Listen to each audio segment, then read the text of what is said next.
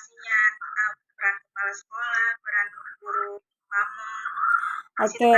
Cuma mahasiswa aja yang ini ya, yang nampak di situ. Jadi nanti kalau peran kepala sekolah, pertama datang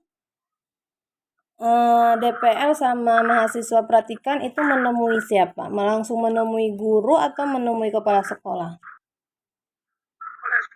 Kepala sekolah. Apa yang harus dilakukan di situ? Kan terjadi percakapan ya. Penyerahan, penerimaan, dan penyerahan mahasiswa PPL. Kan bukan begitu ya, Bu? Nah, setelah itu DPL menjelaskan apa sih sebenarnya keinginan melakukan PPL di sekolah tersebut, gitu kan? Nah, itulah terkait dengan presentasi perangkat pembelajaran yang dimiliki. Maka nanti DPL meminta mahasiswa praktikan untuk menjelaskan apa-apa saja yang dia bawa untuk melakukan PPL ini. Nah, kemudian kepala sekolahnya bilang kan apa yang harus dilakukan, apakah perlu bantuan atau hanya bisa mandiri mahasiswa itu, atau perlu guru pamong. Nah, itu kan kepala sekolah yang nanya kan. Nah, kemudian jawaban DPL apa? Kalau perlu mandiri, kalau misalnya perlu guru pamong, biasanya gimana? Perlu guru pamong kan? Nah, apa yang dikatakan kepala sekolahnya? Nah, kemudian ketika jumpa dengan guru pamong, bagaimana ceritanya? Itulah dia masuk ke fase yang kedua. Apa fase yang kedua? Melakukan manajemen kelas, ya kan? Lalu menceritakan strategi pembelajaran dan motivasi belajar siswa. Terjadilah PPL itu kan? Nah, setelah terjadi PPL, lalu masuk ke fokus yang ketiga. Ceritanya apa fokus yang ketiga? Apa Bu Sri Wahyulingga? Gimana? Portofolio, Bu. Iya. Portofolio yang sudah direvisi. Iya, kemudian menceritakan apa yang didapat setelah melakukan praktek. Kan begitu? Oke, sudah paham kira-kira alurnya? Bisa kita mulai? Oke, silakan. Kita mulai dari pertemuan kepala sekolah, DPL, GP, dan mahasiswa praktikan. Silakan.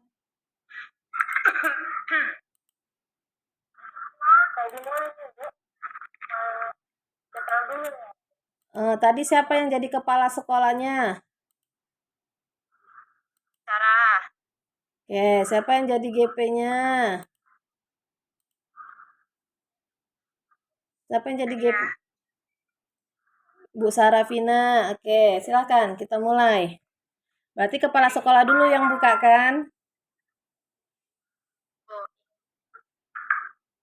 Baik, Assalamualaikum warahmatullahi wabarakatuh. Waalaikumsalam warahmatullahi wabarakatuh. Ini udah langsung ketemu nih, Mi? Iya, sudah langsung ketemu. Bukan saya dulu, Bu. Iya kan, Kak? Harusnya Kak Sri dulu, Bu Sri dulu. Boleh, silakan. Siapa dulu? Kepala sekolah dulu ya? Ingat peran masing-masing ya. Ingat peran masing-masing. Oke, saya cek lagi. Ibu Tika Rahmi sebagai apa? Mahasiswa praktikan. Kemudian Ibu Sri Wahyulingga sebagai apa? Guru pamong, Bu. Guru pamong. Ibu Sarafina Ain sebagai apa? Kepala sekolah. Oke, Ibu Farihatul sebagai apa? Oke, silakan dimulai. Assalamualaikum warahmatullahi wabarakatuh. Waalaikumsalam. Warahmatullahi wabarakatuh. Kepada Bapak Kepala Sekolah, kenalkan saya Tika Rahmi. Di sini saya sebagai mahasiswa praktikan.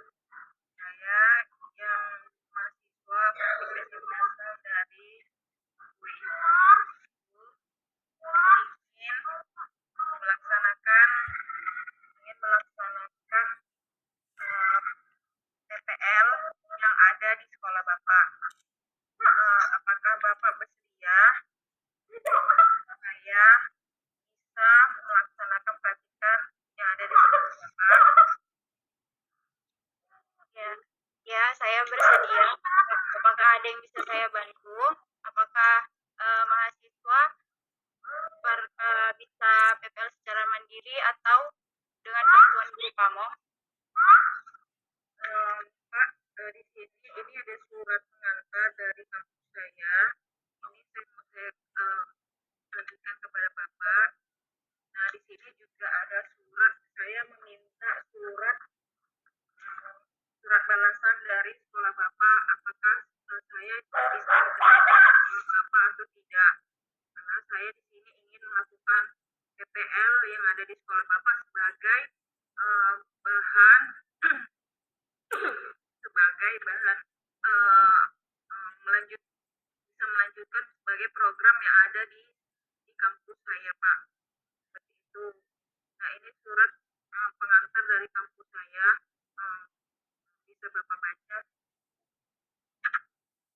suratnya. Oke, Bu, kita take dulu ya.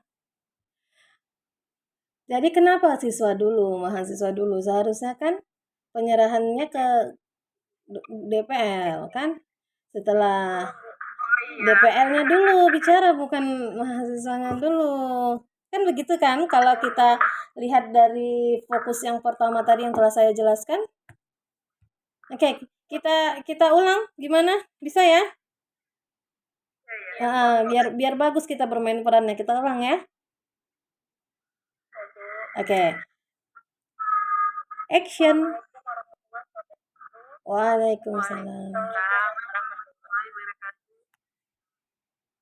Selamat pagi Pak, selamat pagi Bu. Saya dosen pembimbing lapangan dari Ibu. Di sini saya ingin meminta izin dari kepala sekolah untuk mengizinkan mahasiswa praktikan saya yang ingin melaksanakan program praktik mengajar di sekolah Ibu.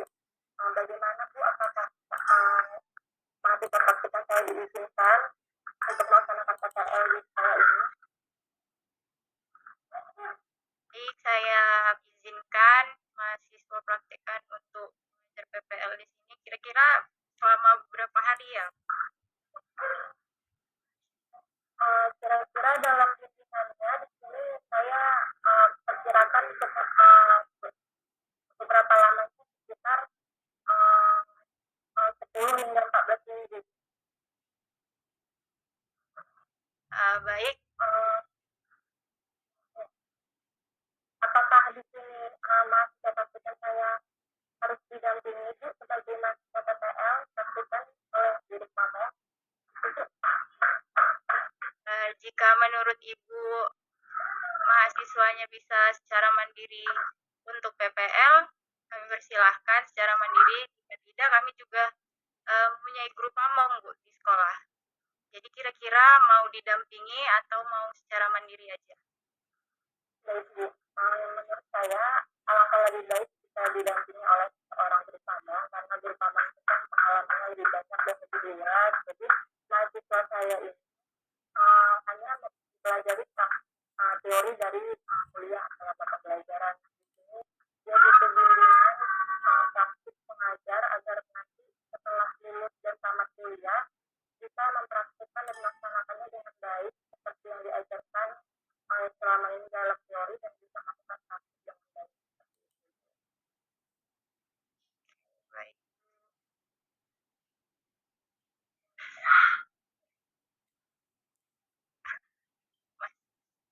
Ya, terima kasih Bu, saya ucapkan sebelumnya atas izin yang telah diberikan kepada kami. Saya di sini selaku dosen pembimbing lapangan mengucapkan terima kasih yang sebesar-besarnya kepada Ibu, dan saya mohon bimbingannya dan arahannya kepada mahasiswa praktikan saya. Apabila mahasiswa praktikan saya ada kesalahan, mohon dimaklumi Ibu. Baik, mahasiswa praktikan Ibu akan dibimbing oleh guru pamong kami, yaitu Bu Sri Wahyuni Lingga. Nanti beliau yang akan membimbing selama PKL berlangsung ya Bu ya. Oke.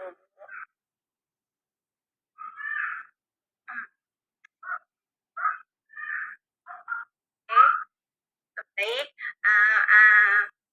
Bu Tika Rahmi ya yang mau mengajar di kelas berapa kira-kira Bu Tika Rahmi? Ibu saya dari mahasiswa WISU yang seperti yang telah dijelaskan oleh DPL saya tadi, saya ingin melaksanakan praktikan yang ada di sekolah ini. Saya kebetulan di sini jurusan pendidikan matematika dan saya ingin di sini mengajar di kelas yang diikuti oleh guru kelas 4 SD. Baik, kelas saya ini kan kelas 4 ya. Kelas 4 SD muridnya itu kira-kira 29 orang. Nanti ini bisa melakukan praktek mengajar di sini. Jadi nanti apa kendala Bu Tika bisa disampaikan ke saya mengenai kelas ini.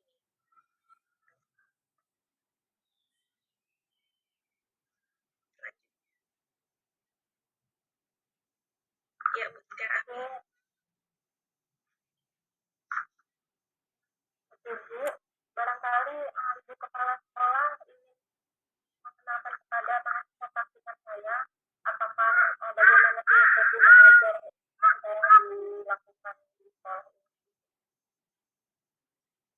Baik, berbicara mengenai filosofi mengajar, yang filosofi yang saya pegang adalah mengajar itu bukan hanya mentransfer pengetahuan ya Bu ya, tetapi kita juga mendidik mereka dari mulai mendidik dari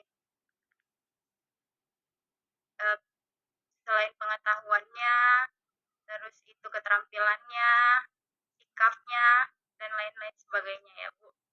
Jadi di sekolah kami ini yang saya pegang teguh menjadi guru itu kita itu mentransfer ilmu sekaligus mendidik gitu dengan mengharapkan anak didik itu nanti memiliki karakter yang jujur, berpikir kritis, nasionalis, dan lain sebagainya. Itu saja sih Bu. Ya, baik, terima kasih Bu atas filosofi mengajar yang tadi disampaikan. Mudah-mudahan dari filosofi mengajar yang disampaikan bisa terlaksana dan terlaksana diri kami masing-masing. Nah, bagaimana mahasiswa ibu kita bisa mempresentasikan bagaimana kalkulasi dari praktik mengajar yang akan ibu rancang.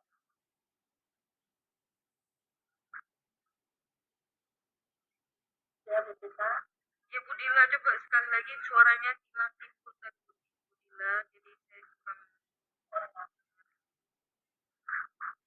Ya tadi kan di kepala sekolah sudah menyampaikan filosofi mengajar sekolahan, semoga bisa tersampaikan dalam diri kita dan terlaksana dengan baik di kehidupan sehari-hari.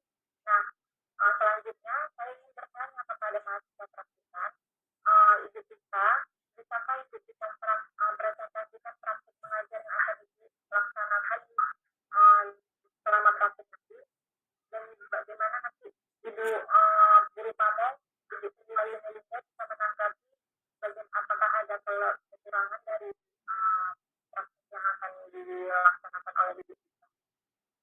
Ibu, saya akan mempresentasikan yang telah saya praktikkan atau yang belum saya praktikkan. Yang sudah saya praktikkan ya Bu. Ya. Jadi yang akan dilaksanakan nanti. Oh, yang akan dilaksanakan nanti. Berarti belum ya Bu, dilakukan ya. Jadi saya mempresentasikannya sekarang gitu. Jadi karena ya, jadi di sini saat saya ingin melaksanakan praktik mengajar, saya akan menyediakan saya seperti biasa sebagai seorang guru, saya telah menyediakan rancangan pembelajaran rencana pembelajaran RPP RPP-nya itu di sini pertemuan 1 sampai 2 kali pertemuan saya untuk yang akan saya laksanakan ini. Di sini saya telah menyediakan RPP, rencana pelaksanaan pembelajaran. Nah, di RPP ini di sinilah diterapkan bagaimana saya melaksanakan praktek pembelajaran. Yang pertama sekali, sebelum saya melaksanakan pembelajaran, untuk siswa yang agama Muslim, saya diawali dengan pelaksanaan pembacaan doa, ya, pelaksanaan pembacaan doa. Kemudian saya akan mengabsensi siswa yang hadir, siapa-siapa yang hadir di kelas. Kemudian setelah saya absensi, maka sebelum masuk materi, saya akan menanya, ya, melakukan persepsi, yaitu di situ persepsi adalah mengaitkan pelajaran yang kemarin untuk melanjutkan pelajarannya sekarang. Kemudian saya mengulang pembelajaran yang kemarin. Yang kemudian saya melakukan pembelajaran. Sebelum melakukan pembelajaran, saya akan terlebih dahulu menanya kepada siswa-siswi, ya, siswa-siswi, apakah siswa-siswi ada yang mengerti, ya kan, pelajarannya.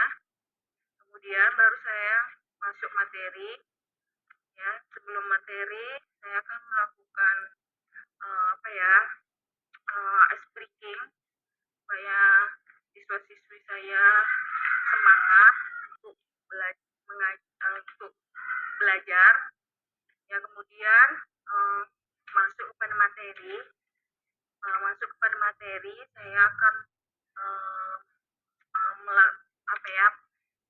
melaksanakan model atau strategi pembelajaran sesuai dengan materi yang ingin saya sampaikan, ya. Materinya kan di situ saya sebagai guru bimbingan, sebagai guru praktek, mengajar di kelas 4, berarti di situ belajar tentang tema, ya kan, masih kurikulum ke-13, berarti belajar tentang tema guru kelas 4, yaitu di semester 6,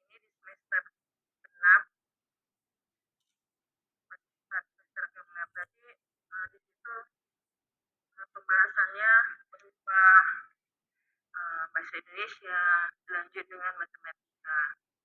Nah, model pembelajaran yang saya berikan kepada siswa-siswi yaitu model berupa diskusi, ya.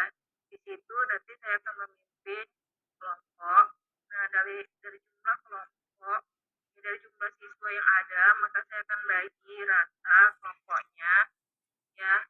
Satu kelompok terdiri dari 5 orang. Nah, di situ ada 25 siswa, berarti ada 5 kelompok saya bagikan. Dan meja dan tempat duduknya itu tidak seperti mengajar seperti biasa. Dua meja saya dekatkan, berarti tempat duduknya itu ada yang di kanan, ada yang kiri, ada yang ada 4 gitu. Nah, jadi di situ sudah tersusun rapi meja dan tempat duduknya, ya. Pertama saya akan menjelaskan dulu pelajaran saya di papan tulis. Saya menjelaskan, ya. Kemudian saya akan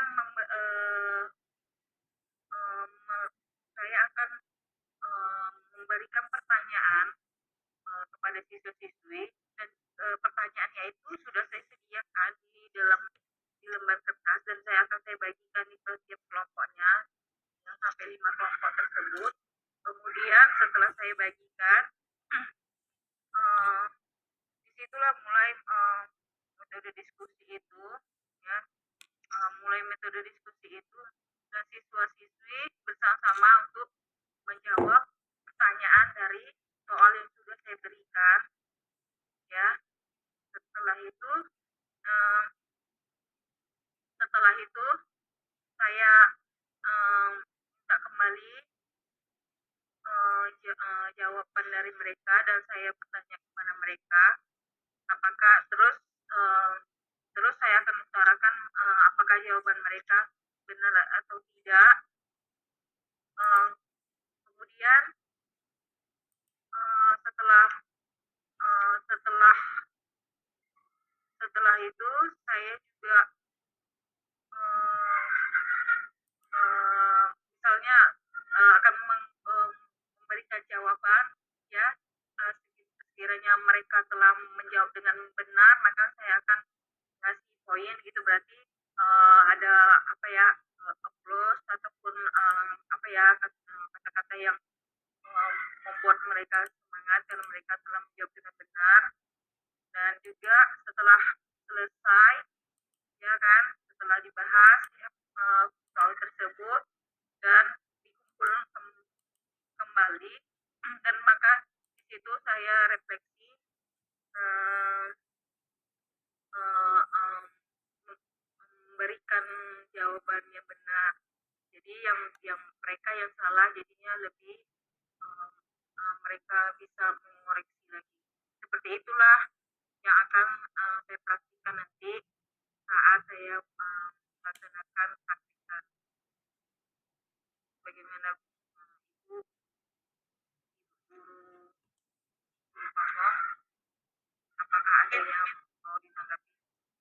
Oke, baik Bu Tika Rahmi, nanti untuk dalam pengelompokannya nanti saya bantu untuk membentuk kelompok bagaimana supaya kemampuannya itu merata, supaya kelompoknya nanti jadi bisa heterogen dari mulai dari anak yang berkemampuan yang agak di bawah dengan yang sedang, kemudian yang baik, nanti kita campur lah dalam satu kelompok ya Bu ya, supaya lebih kegiatan pembelajaran yang Ibu lakukan lebih berjalan dengan baik gitu.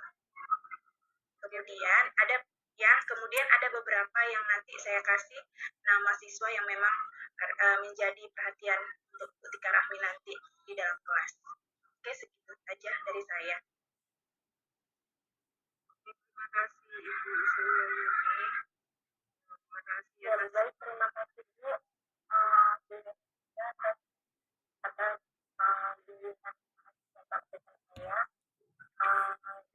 saya bersama kepada mahasiswa praktikum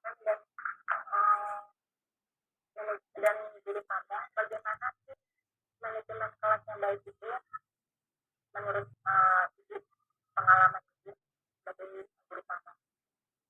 Ya, menurut saya ya selama saya mengajar, untuk manajemen kelas yang baik itu adalah di mana kita bisa dalam melakukan pembelajaran gitu kan, kita bisa apa ya, mentransfer ilmu di mana dari di mana kita dapat mengelola kelas itu supaya bagaimana mereka gampang gitu menerima pelajaran dari kita gitu kan. Jadi kita harus menyiapkan perangkat pembelajaran yang baik gitu dengan media pembelajaran yang baik.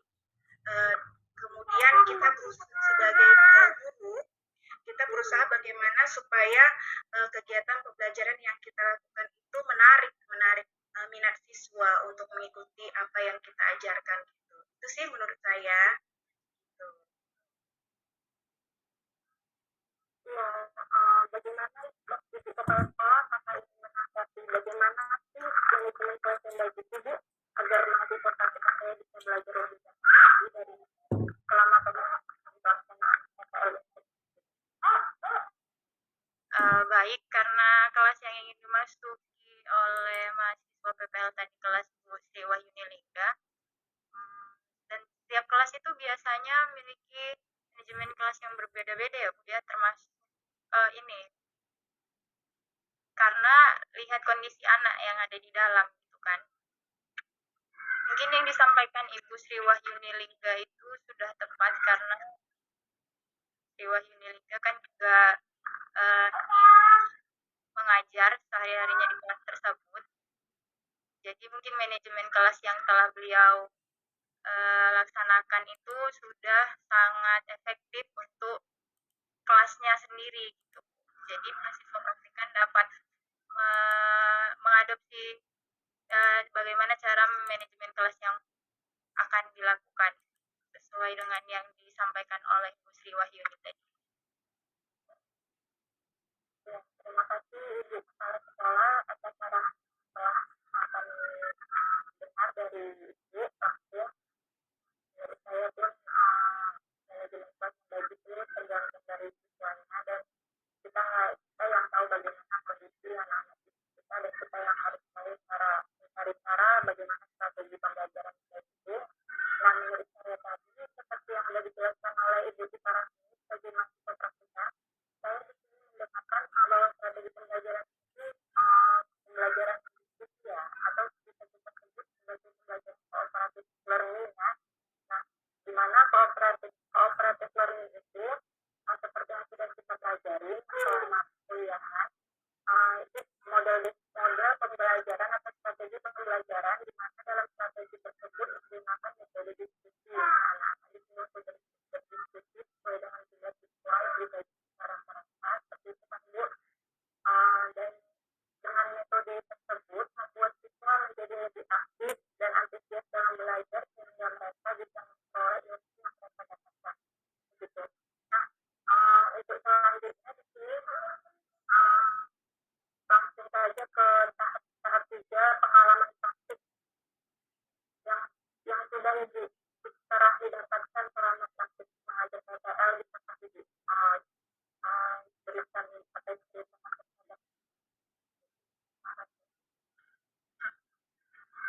Ya, setelah saya melaksanakan praktik pembelajaran di kelas 4 di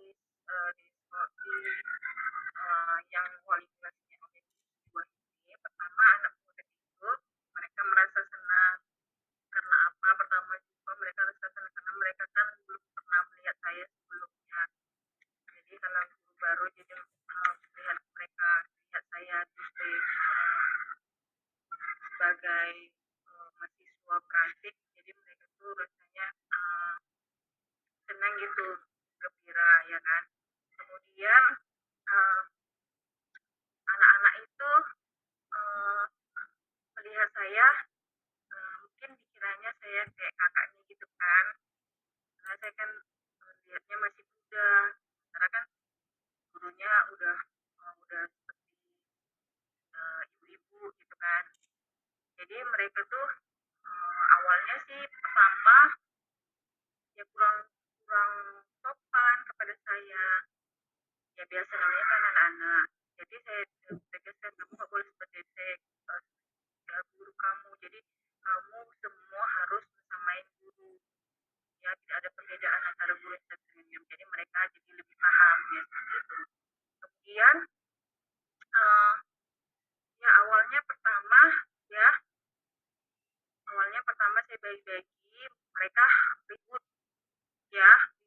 mereka bagi kelompok ya akhirnya saya mau ini Bu yang ini Bu yang ini sudah dibagikan berarti tidak ada lagi ya komplain tidak ada lagi komentar. Jadi kita jalani ya siapa kelompok kita itu yang harus kita terima dan mereka terima akhirnya. Kemudian setelah mereka terima jadi duduk susun rapi. Pertama mereka saya tanya tentang pelajaran persepsi kan, pelajaran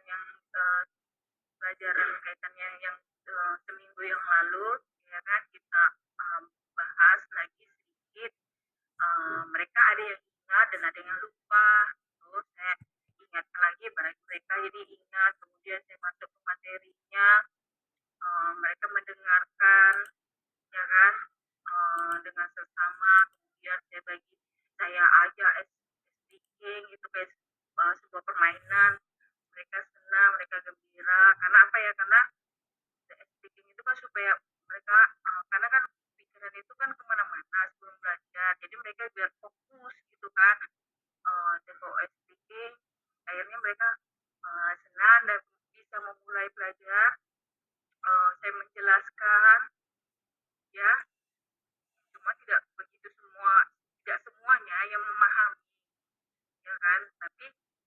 sebagian besar ada yang memahami. Kemudian ada juga yang menjawab dengan benar, ya, tapi bukan berarti tidak ada yang salah, ya. Dan mereka bisa saya nilai karena masih baru di sini, baru tahap pertama, sekitar 58% ada yang memahami di kelas itu, 50%. Nah, mudah-mudahan nanti data berikutnya mereka bisa lebih memahami lagi hingga sampai 75%. Itu saja Bu dari saya, pembahasan mengenai praktek yang ada di kelas yang sudah saya laksanakan.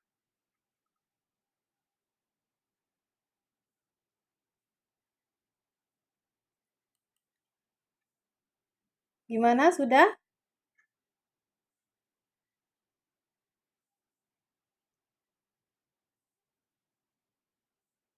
Nggak dengar Ibu Farihatul, coba dihidupkan mikrofonnya.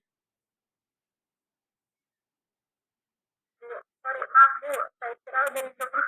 Oke. Ya, saya ucapkan terima kasih kepada Ibu kita atas penjelasannya selama yang didapatkan pengalaman selama praktik mengajar di PTL. Nah, di sini saya serahkan kembali kepada Ibu Mayuni sebagai juri pamong. Apakah ada biasanya ada yang dipertanyakan kepada Ibu kita atau menjelaskan menanggapi bagaimana pengalaman praktik mengajar masih berpraktik dan saya selama mengajar di sekolah itu di kelas itu.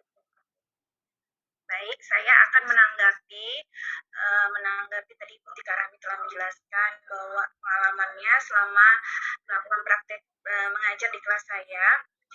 Memang kondisi kelas saya seperti itu Bu, memang kan kemampuannya tidak sama semua kan, ada memang anak yang memang butuh bimbingan dia, jadi memang di dalam kelas kita manajemennya seperti itu, setiap hari kita di mana kita mau mengajar memang kita harus merencanakan dulu bagaimana supaya mereka berminat gitu, untuk mengikuti pelajaran dari kita. Kalau enggak ya mereka main-main gitu kan.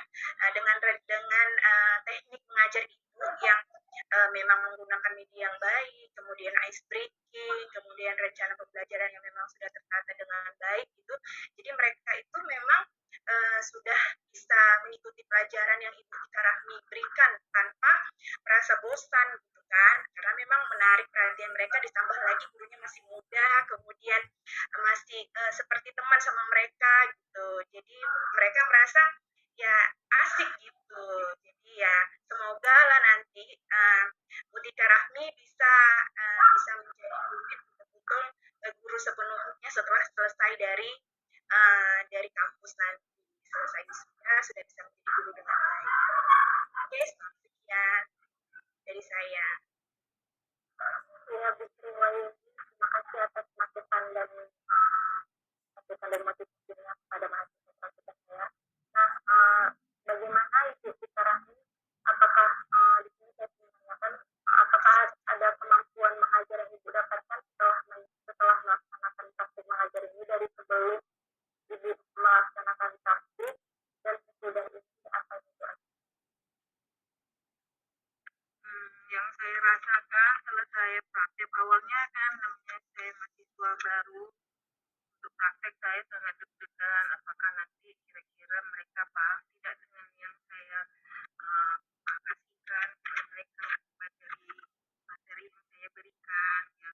Awalnya saya berdebar, saya deg-degan karena masih awal pemula, tapi setelah saya jalani, alhamdulillah rupanya tidak serumit yang saya pikirkan. Ternyata menyenangkan, walaupun memang agak kewalahan pertamanya, menyenangkan dan juga kewalahan, tapi namanya juga masih baru, ya mudah-mudahan nanti bisa saya berdalam lagi lebih lanjut dan bisa saya mudah-mudahan saya tidak tidak ribet gitu, bagi saya. Mudah-mudahan itu ini menjadi hal yang seperti sudah menjadi aktivitas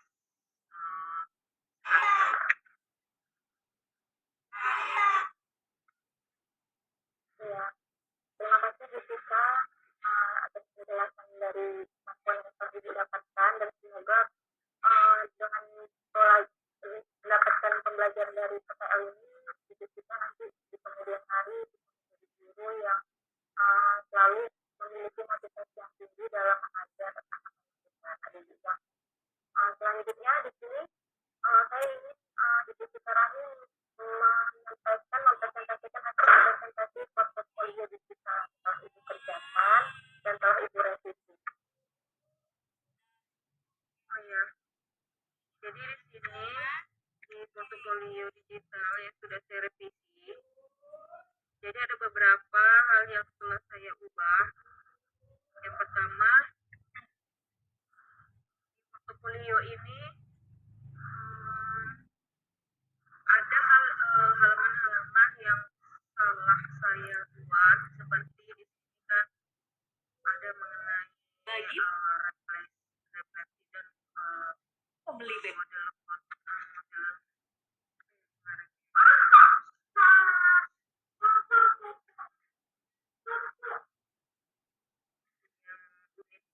keempat dan pendampingan kolaboratif dan juga zona refleksif. Jadi di situ saya buat halamannya, di kolaboratifnya saya buat tugas, ya kan. Tapi sudah saya hapus tugasnya itu, tidak lagi dibuat tugas, tapi saya masukkan di situ yang sudah saya laksanakan, ya, model kolaboratifnya, model konferensinya itu di situ yang sudah saya laksanakan, dan juga zona refleksifnya juga sudah saya masukkan di situ datanya, jadi di kolomnya dengan benar. Dan kemudian kemarin itu saya salah portofolio digitalnya. Kemarin itu salahnya seperti ini, tidak terbuka datanya. Jadi saya publikasikan lagi supaya bisa dilihat orang lain, karena kalau tidak dipublikasikan, orang lain tidak tahu data apa saja yang memuat pada dokumen saya, gitu, ya kan. Kemudian di situ saya juga telah memasang foto saya supaya tahu ini saya itu bagaimana ciri-cirinya. Kemudian di situ saya juga buat beberapa kolom, jadi tinggal diklik aja kolom itu, maka akan muncul misalnya di situ klik media belajarnya, klik di depan udah ada gitu di halaman bukanya itu, jadi dari klik jadi langsung ada gitu, langsung tertuju di media pembelajaran. Dan itu sudah saya perbaiki. Baik, terima kasih Bu Tika atas kesediaannya menyampaikan portofolio digitalnya. Yang menurut saya portofolio digital sudah sangat baik dan sudah sangat bagus. Semoga untuk kedepannya Ibu Tika bisa menerapkan ilmu yang telah didapatkan dalam praktek mengajar di sekolah ini. Dan saya ucapkan terima kasih banyak sebesar-besarnya kepada Ibu Kepala Sekolah Serafina dan Ibu Guru Tamu Ibu Sri Wahyuni juga yang telah mengizinkan dan memberikan arahan dan motivasinya kepada mahasiswa praktisi saya. Semoga untuk kedepannya kita bisa menjadi pendidik yang lebih baik lagi dan terus belajar. Terima kasih, mungkin sekian bisa saya sampaikan. Lebih dan kurangnya saya mohon maaf. Assalamualaikum warahmatullahi wabarakatuh. Waalaikumsalam. Oke, baik. Tadi sudah melakukan simulasi ya. Oke, sekarang ibu-ibu kita akan melakukan refleksi. Jadi ada beberapa pertanyaan yang akan saya ajukan kepada ibu-ibu dan wajib ibu-ibu jawab. Oke ya, walaupun Bu Dia Sapitri ini kita belum tahu kabarnya seperti apa, tapi kita berempat, mungkin ibu-ibu berempat bisa tetap fokus ya untuk pelaksanaan simulasi di backroom ini. Oke, baik ibu-ibu. Nah, kita sekarang akan melakukan refleksi. Jadi saya meminta ibu-ibu untuk mengungkapkan pengalaman ibu-ibu setelah melakukan simulasi FJ tadi. Kira-kira apa saja hal-hal yang belum dipahami, kemudian apa kemanfaatan atau kemungkinan bisa diterapkan di LPTK masing-masing. Silakan pada ibu-ibu yang ingin mengungkapkan pendapatnya. Tapi kita mulai saja ya, satu-satu ya, karena ini kita cuma 4 orang, satu-satu. Kita mulai dari Ibu Tika Rahmi. Silakan Ibu Tika. Tadi berperan sebagai apa ungkapkan pengalamannya, apa pendapatnya, kemudian apa kebermanfaatannya, dan apakah kira-kira ini bisa diterapkan di LPTK masing-masing.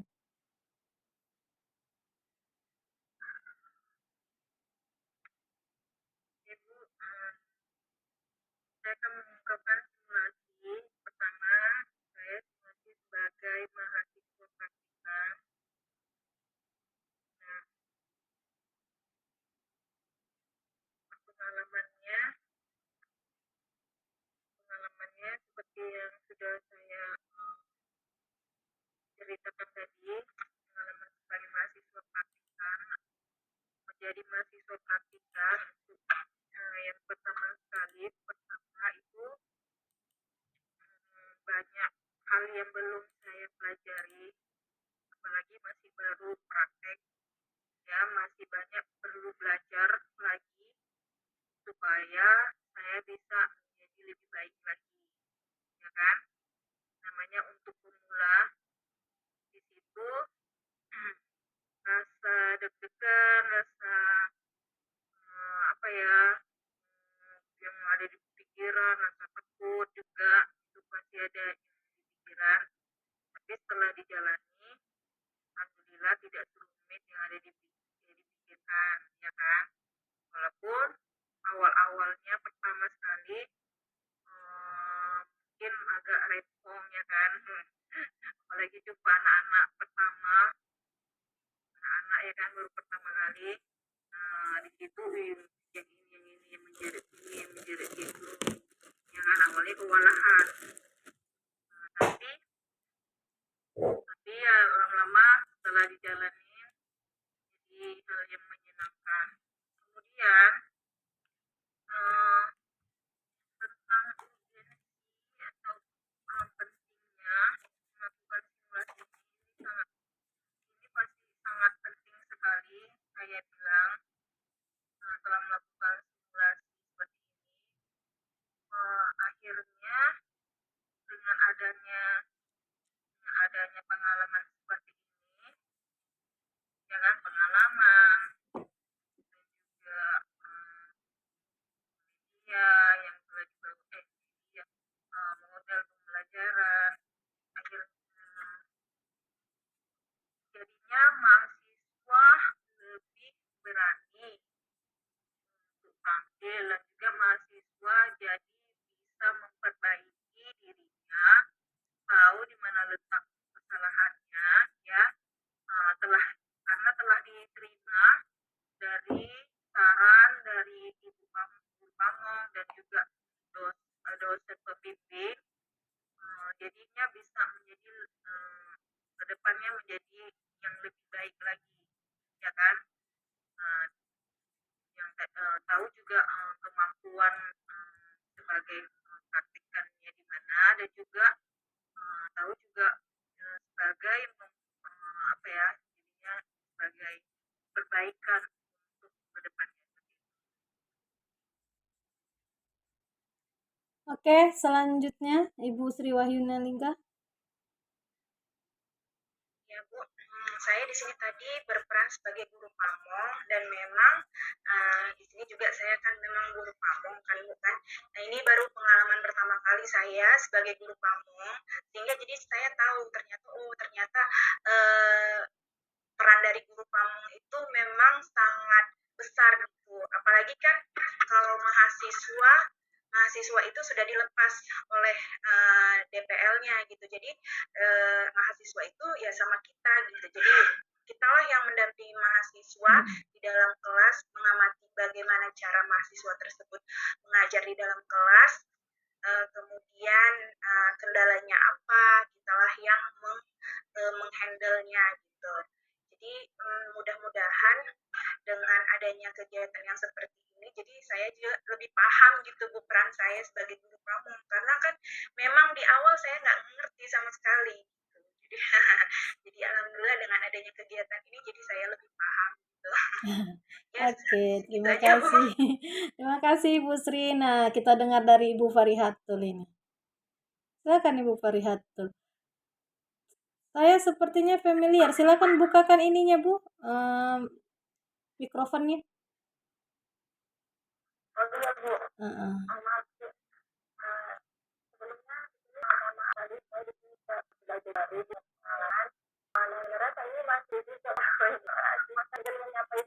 Oh iya. Oh, Masya Allah. Banyak ketemu juga di sini ya. Masya Allah. Oke,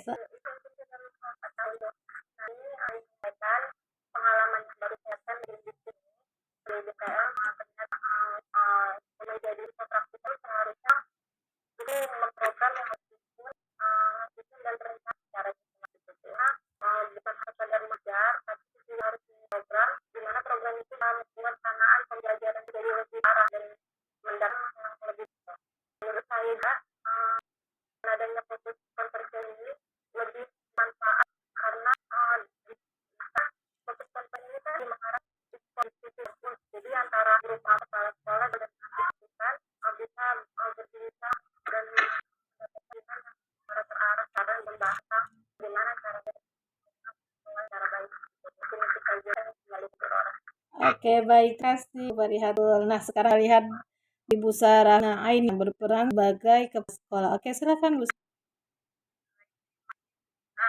Awalnya deg-degan karena belum pernah kan sekolah, karena juga saya guru PAMU juga peristiwa ini cukup membingungkan tanya tentang bagaimana filosofi mengajarnya Bu. Saya tuh mau ngomong apa ya, Pak Bu, karena belum sekali dan kepala sekolah juga baru. Saya sampaikan tidak menyelesaikan hanya saya saja sesingkat itulah yang saya jadikan ya. Kalau untuk Jensi sih karena jadi dari kepala saya tahu oh seperti kata gak ada mahasiswa PL yang masuk kepala sekolah, oh ini tanya ini yang harus sampaikan yang harus dipertanyaan juga ke kepala sekolah boleh dari pembelajaran ini tahu oh nanti saya jadi guru juga di ini ya saat peristiwa ini bilang ya kan saya harus mengawasi mahasiswa di dalam kelas ikut mereka dan kelas. Oke, baik. Tadi sudah mendengar semuanya. Jadi apa kita ambil atas setuju atau tidak setuju terkait dengan sebenarnya yang Ibu Simulan ini memberi kemanfaatan bagi LP kita atau tidak? Nah, ini tadi belum ada dengar ini. Ayo sama suara setuju atau tidak setuju kira ya? Setuju. Berarti sanksi yang Ibu lakukan ini sangat berat ya terkait dengan mahasiswa PPL yang akan datang. Kalau Ibu Sri memang berbagai GP dan simulasi ini sebagai GP tentu membawa kebermanfaatan yang begitu baik ya. Itu juga dan Ibu Tika dan Bu Fariha serta Sarafina ini. Baik. Tadi kita sudah melakukan refleksi terdengar simulasi yang Ibu lakukan, gitu kan?